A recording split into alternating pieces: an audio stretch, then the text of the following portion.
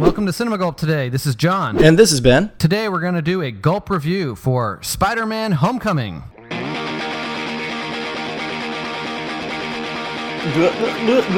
Everyone's favorite friendly Marvel web-slinger is back, this time played by Brit youngster Tom Holland. Here, the youngest Spider-Man to date takes on one of the most menacing villains from the comic book, Michael Keaton as Vulture. Spider-Man is joined by none other than Iron Man, Tony Stark himself, RDJ, with his trusty sidekick, Happy Hogan, played by Jon Favreau. Hey, what the hell happened to that guy?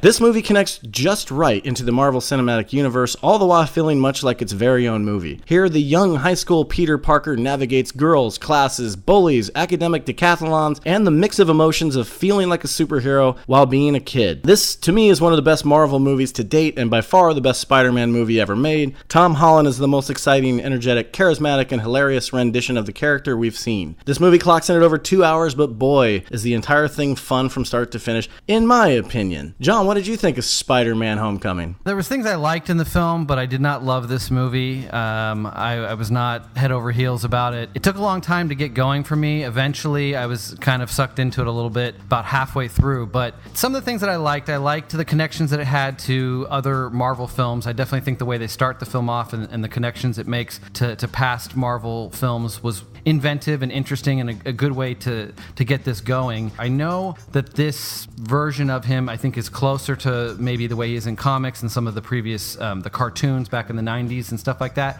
but I found him to be a bit annoying. I know he's supposed to be witty and quippy and kind of a motor mouth, but it got on my nerves, and even in that opening scene I was already kind of annoyed by his character. So another 2 hours of it, I never really fell in love with Tom Holland as the character. I just didn't really get into it. I didn't feel that the film had enough dramatic stakes that sucked me in. I didn't enjoy the sense of humor in the film. So when you go through 2 hours of a movie and you can't really get excited by the action scenes too much, you're not really sucked into the characters, you're actually annoyed by the lead character, none of the side characters are doing anything with their comic relief for you, I was just wondering, what am I supposed to enjoy from this film?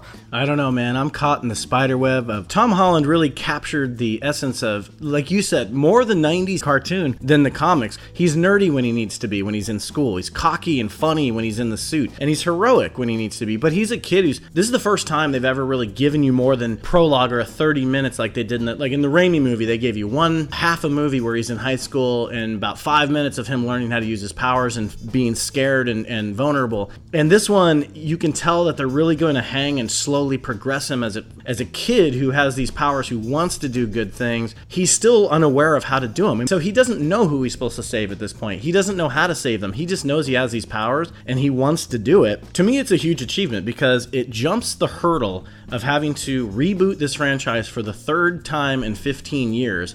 And to me, it just outdoes the previous attempts at it. Raimi's movies are really fun movies, and I think that he created this beautiful color palette in those movies that looks like it's jumping off the page. And I thought Tobey Maguire was excellent at the way he decided to play the character. Here they're starting younger, so it's got a different vibe. It can't get... Maybe they'll end up being Harry Potter-ish, where the older he gets, the scarier and the higher the stakes get. I definitely knew they were going to go younger than they had, even with the Mark Webb version. That was kind of always their thing. They tried to go younger with that one. Didn't quite work. He didn't feel like a real high school student even in that film. Well, Peter's balding in that movie. Yeah. So in this one, they nailed that Peter is in high school. It's totally believable. The supporting cast looks believable as high school characters. So they've got that down, and they've got some time to let it grow. There were small details that I liked about the film. I thought that his suit was pretty awesome. There's some things I still want to know about how all of that works that isn't fully explained. I think the way they gloss over the entire backstory that was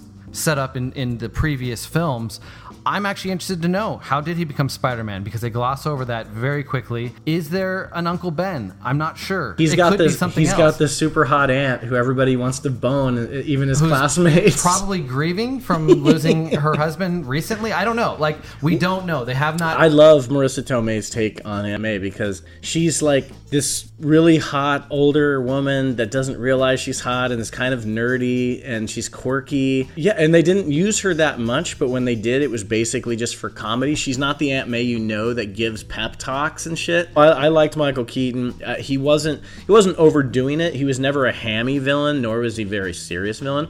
he fit the tone of the movie. And he was sparingly used. For me, it was a good foe for Spider-Man to fight as his first supervillain, because he's not that hard to defeat, but he's challenging enough because he can fly and because he's got those tech guns that can put Spider-Man down. Director John Watts, who they took a chance on, I don't know, I think he really outdid himself. I think he played ball with Marvel first and foremost, but he also created a new fresh world for Spidey to kind of play in. To me, it's one of the best Marvel films. I might put it right underneath Captain America, the Winter Soldier, as my second favorite Marvel movie. After coming out of it, I was kind of thinking, where does this place in the Marvel movies, or how does this fit in with other Marvel movies? And I felt like, so I thought this one being almost more of a comedy than it is your typical action-oriented Marvel movie, even though there's a ton of action. I think the pacing's actually pretty good in this movie. But I thought from a direction standpoint, it was kind of that director for hire. I think he did a fine job. There was nothing that was bad about it. It wasn't distracting in any way. There was very few sequences where it got my blood pumping or got me excited to watch this.